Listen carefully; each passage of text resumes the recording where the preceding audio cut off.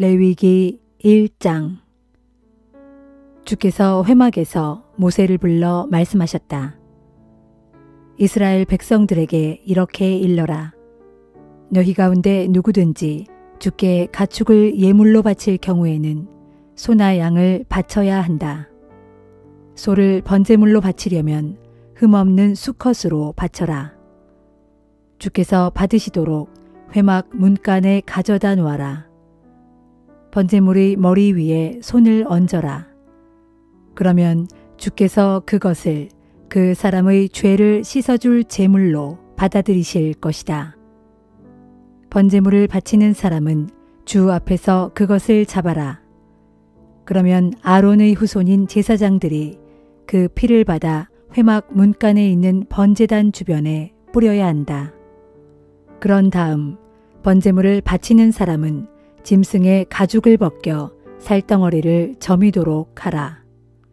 아론의 후손인 제사장들은 번제단 위에 불을 지피고 그 불 위에 장작을 놓아라. 또 아론의 후손인 제사장들은 머리와 기름 덩어리를 포함한 고기 덩이를 번제단 위의 장작불 위에 올려놓아라.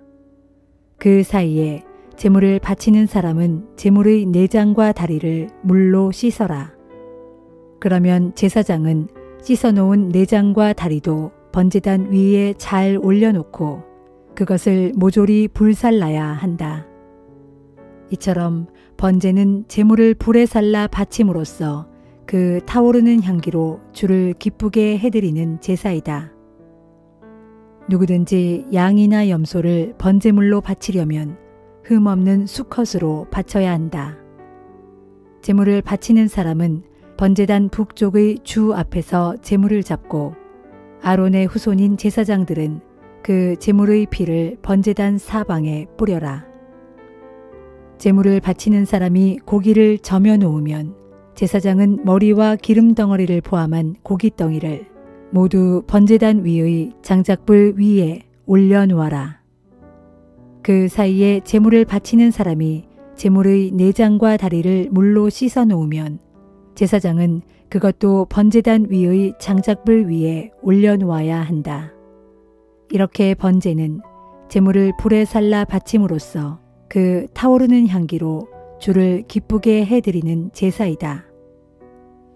만일 주께 번제물로 새를 바치려면 산비둘기나 집비둘기 새끼를 바쳐야 한다. 제사장은 비둘기를 들고 번제단으로 가서 목을 비틀어 부러뜨린 다음 번제단 위에서 불살라 바치고 그 피를 제단 주변에 뿌려라.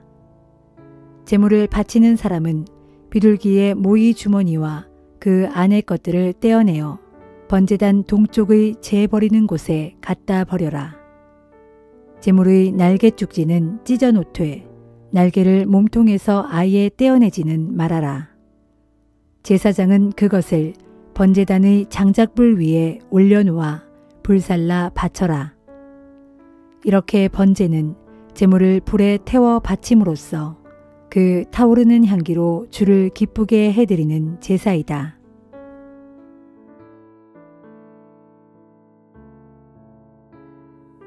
요한복음 20장. 안식일 다음 날 이른 새벽, 어둠이 채 가시기도 전에 막달라 마리아가 예수의 무덤을 찾아갔다. 그런데 그녀는 무덤 입구를 막았던 큰 돌이 한쪽으로 옮겨져 있는 것을 보았다. 막달라 마리아는 시몬 베드로와 예수께서 사랑하시던 다른 제자에게 달려가서 말했다. 누가 주님의 시신을 무덤에서 가져갔어요. 그 시신을 어디로 가져갔는지 모르겠어요. 그 말을 듣고 베드로와 다른 제자는 예수의 무덤으로 급히 달려갔다. 두 사람이 함께 달려갔는데 베드로보다 걸음이 빠른 다른 제자가 먼저 무덤에 닿았다. 무덤에 도착한 그 제자는 몸을 굽혀 예수의 시신을 쌌던 고운 삼배자락이 거기에 놓여 있는 것을 들여다보았으나 무덤 안으로 들어가지는 않았다. 시몬 베드로가 이내 뒤따라 달려왔고 그는 예수의 무덤 안으로 들어갔다. 베드로는 거기에 고운 삼배자락이 놓여 있는 것을 보았다. 또 예수의 머리를 싸맸던 수건도 잘 개어져 그 삼배자락 옆에 놓여 있었다. 그제야 먼저 무덤에 도착한 다른 제자도 무덤 안으로 들어갔고 그 또한 그것을 보고 믿었다. 하지만 아직도 그들은 예수께서 죽은 자들 가운데서 반드시 살아나야 한다는 성경 말씀을 깨닫지 못하고 있었다. 그래서 두 제자는 자기들이 있던 집으로 다시 돌아갔다. 하지만 막달라 마리아는 무덤 밖에 서서 계속 울고 있었다. 그녀는 울다가 몸을 굽혀 무덤 안을 들여다보았다. 들여다보니 예수의 시신이 있었던 자리에 흰 옷을 입은 천사 둘이 앉아 있었다.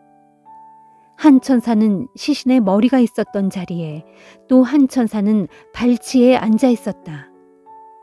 천사들이 막달라 마리아에게 물었다. 여자여, 왜 울고 있느냐? 막달라 마리아가 대답했다. 누가 우리 주님의 시신을 가져갔습니다. 그 시신을 어디에 두었는지 모르겠습니다. 이 말을 하고서 막달라 마리아가 고개를 돌려 둘러보다가 예수께서 거기 서 계신 것을 보았다. 하지만 그녀는 그분이 예수이신 줄 알아채지 못했다. 예수께서 막달라 마리아에게 말씀하셨다. 여자여, 왜 울고 있느냐? 너는 누구를 찾고 있느냐? 막달라 마리아는 그가 동산지기인 줄 알고 말했다. 여보세요. 당신이 그분의 시신을 옮겨 놓았다면 어디에 두었는지 제게 말해주세요. 제가 가서 그분의 시신을 모셔가겠습니다. 그때 예수께서 마리아야 하고 부르셨다. 그러자 막달라 마리아는 예수를 향해 돌아서서 히브리 말로 라보니 하고 외쳤다. 이 말은 나의 선생님이라는 뜻이다. 예수께서 그녀에게 말씀하셨다. 나를 붙잡지 말아라. 내가 아직 아버지께로 돌아가지 않았다. 너는 내 형제들에게 가서 이르기를 내가 내 아버지 곧 너희의 아버지 내 하나님 곧 너희의 하나님께로 올라갈 것이다 라고 말하여라. 막달라 마리아는 즉시 제자들에게 달려가서 자신이 주님을 뵌 일과 주님께서 자신에게 일러주신 말씀을 그들에게 전했다. 그날 저녁, 곧 안식일 다음 날 저녁에 제자들이 함께 모여 있을 때였다. 제자들은 유대인들이 두려워서 문을 모두 걸어 잠그고 있었다. 그런데 갑자기 예수께서 들어오셔서 그들 가운데 서서 말씀하셨다. 너희 모두에게 평강이 있기를. 이 말씀을 하신 후 예수께서는 제자들에게 자기의 두 손과 옆구리를 보여주셨다. 제자들은 주님을 뵙고 기뻐서 어찌할 줄을 몰랐다. 예수께서 다시 그들에게 말씀하셨다. 너희 모두에게 평강이 있기를. 아버지께서 나를 보내신 것 같이 이제 나도 너희를 보낸다. 그러고는 제자들을 향해 숨을 크게 내쉬며 말씀하셨다. 자, 성령을 받아라. 이제부터 너희가 누구의 죄든지 용서해주면 그들의 죄가 용서될 것이고 너희가 용서해주지 않으면 그들의 죄가 그대로 있을 것이다. 12 가운데 하나인 디두모라는 별명을 가진 도마는 예수께서 오셨을 때 그 자리에 없었다. 다른 제자들이 도마에게 우리는 주님을 뵈었소 하고 말하자 도마가 말했다. 내 눈으로 그분의 손에서 못자국을 보고 구멍이 난 곳에 내 손가락을 넣어보고 또 내 손을 그분의 옆구리에 넣어보기 전에는 도무지 그 말을 믿지 못하겠소. 여드레 후에 제자들이 다시 모여 있었다. 이번에는 도마도 그들과 함께 그 자리에 있었다. 역시 문은 굳게 잠겨 있었다. 그런데 예수께서 갑자기 들어오셔서 그들 가운데 서서 말씀하셨다. 너희 모두에게 평강이 있기를. 그러고 나서 예수께서 도마에게 말씀하셨다. 자, 이리 와서 내 손가락을 여기 넣어보고 또 내 손을 내 옆구리에 넣어보아라. 그리고 이제부터는 믿음 없는 자가 되지 말고 믿는 자가 되어라. 도마가 예수께 대답하기를 오 나의 주님, 나의 하나님 하니 예수께서 도마에게 말씀하셨다. 너는 나를 보았기 때문에 믿는구나. 그러나 나를 보지 않고도 나를 믿는 사람은 더욱 복이 있다. 이 책에 기록된 것 외에도 예수께서는 제자들이 보는 앞에서 기적적인 표징들을 많이 행하셨다. 그러나 여기에 이것들을 기록해 두는 목적은 사람들로 하여금 예수가 하나님의 아들 그리스도이신 것을 믿게 하고 또 예수를 믿음으로써 예수의 이름으로 영원한 생명을 얻도록 하려는 것이다.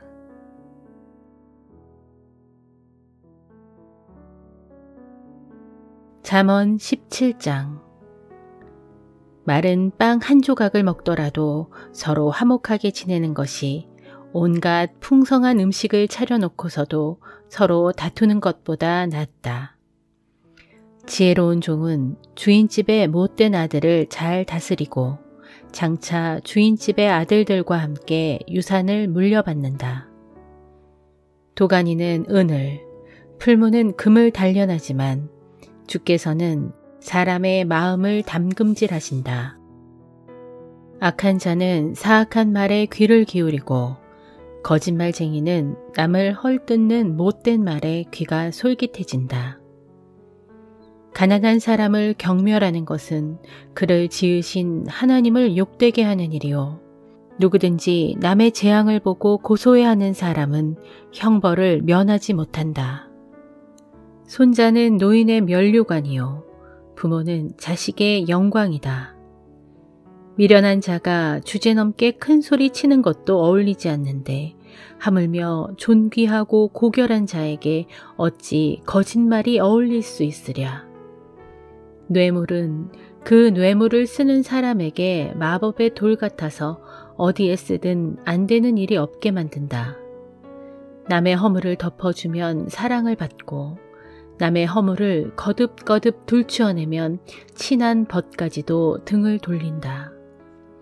미련한 자에게 100대의 매를 때리는 것보다 지각 있는 슬기로운 자를 한 번 꾸짖는 것이 더욱 효과가 있다. 악한 사람은 오로지 반역만을 꾀하기 일쑤지만 결국엔 자비심 없는 잔인한 사신의 방문을 받게 된다. 어리석은 일만 저지르는 미련한 사람을 만나느니 차라리 새끼를 빼앗겨 잔뜩 독이 오른 어미곰을 만나는 것이 낫다. 선을 악으로 갚는 자의 집안에는 온갖 재앙들이 끊이지 않는다. 다툼의 시작은 댐에서 물이 새어나온 것과 같으니 댐이 터지기 전에 속히 다툼을 그만두어라. 악인을 의롭다고 하는 것이나 의인을 악하다고 하는 것은 주께서 모두 싫어하시는 일이다. 미련한 자의 손에 돈이 있은들 그것으로 지혜를 살 마음이 전혀 없는데 어찌 지혜를 얻을 수 있으랴. 변함없이 언제나 사랑하는 것이 친구이고 위급하고 어려울 때 서로 돕는 것이 형제다. 분별력 없는 사람일수록 함부로 서약을 쉽게 하고 남의 빚 보증도 잘 서준다. 다툼을 좋아하는 사람은 죄짓기를 즐겨하고 집에 높은 대문 세우기를 좋아하는 사람은 패가 망신을 자초한다. 마음이 비뚤어진 사람은 복받아 잘 살 수가 없고 혀를 놀려 거짓말하는 사람은 온갖 재난에 빠지기 마련이다. 미련한 자식을 둔 부모는 근심 걱정이 그칠 날 없으니 무슨 낙으로 세상을 살아가랴. 마음의 즐거움은 몸의 보약 같아서 병을 낫게 하지만 마음의 근심은 뼛속까지 상하게 한다. 악인은 몰래 뇌물을 받고는 재판을 굽게 하여 그른 것을 옳다고 판결한다. 분별력 있는 사람의 눈은 가까운 데서 지혜를 찾지만 미련한 자의 눈은 멀리 땅끝에서 지혜를 찾아 헛되이 헤맨다. 미련한 자식은 아버지의 근심이고 어머니의 고통이다. 의로운 사람을 벌하는 것은 옳은 일이 아니요 고결한 사람을 정직하다 하여 때리는 것도 올바른 일이 아니다. 아는 것이 많은 사람은 도리어 말을 아끼고 통찰력 있는 사람은 냉철하여 성급히 서둘지 않는다. 미련한 사람이라도 조용히 침묵하고 있으면 지혜롭게 보이고 입을 다물고 가만히 있으면 슬기로워 보인다.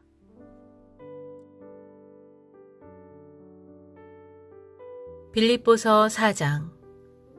내 사랑하고 사모하는 형제들이여, 또한 내 기쁨이요 내 면류가 아닌 여러분들이여, 그러므로 모쪼록 이와 같이 주 안에서 굳게 서십시오. 나는 유오디아에게 권면하고 또 순두개에게 권면합니다. 두 분은 주 안에서 서로 한 마음을 품고 살아가도록 하십시오.